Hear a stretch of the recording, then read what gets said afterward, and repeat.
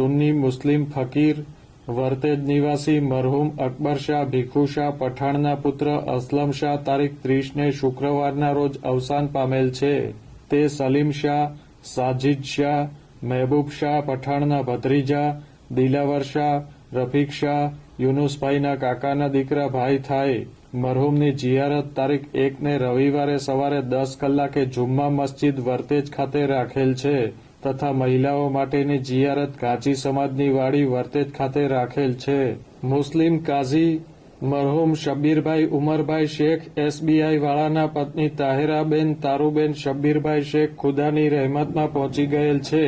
તે શેખ ફરહાનભાઈ શબ્બીરભાઈના મમ્મી કાઝી જાકીરભાઈ રિક્ષાવાળા, મરહુમ નિશારભાઈ ઉમરભાઈ કાઝીના ભાભી, મરહુમ સમદભાઈ કાઝી લારીવાળા, મરહુમ ગફારભાઈ કાઝી લારીવાળા, મરહુમ સત્તારભાઈ કાઝી બેટરીવાળાના બહેન, જાહિદભાઈ કાઝી લારીવાળા, રાજુભાઈ કાઝી, સોહિલ બેટરીના ફઈ, કાઝી મંઝુર હુસેન, કાઝી મુદત્સરના કાકી થાય.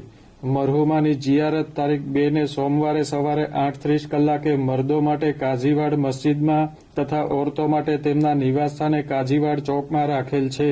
હિન્દુ ભાઈઓ માટે બેસણું તારીખ 2ને સોમવારના રોજ સાંજે 4 થી 6 દરમિયાન તેમના નિવાસસ્થાને કાઝીવાડ ચોક ભાવનગર ખાતે રાખેલ છે.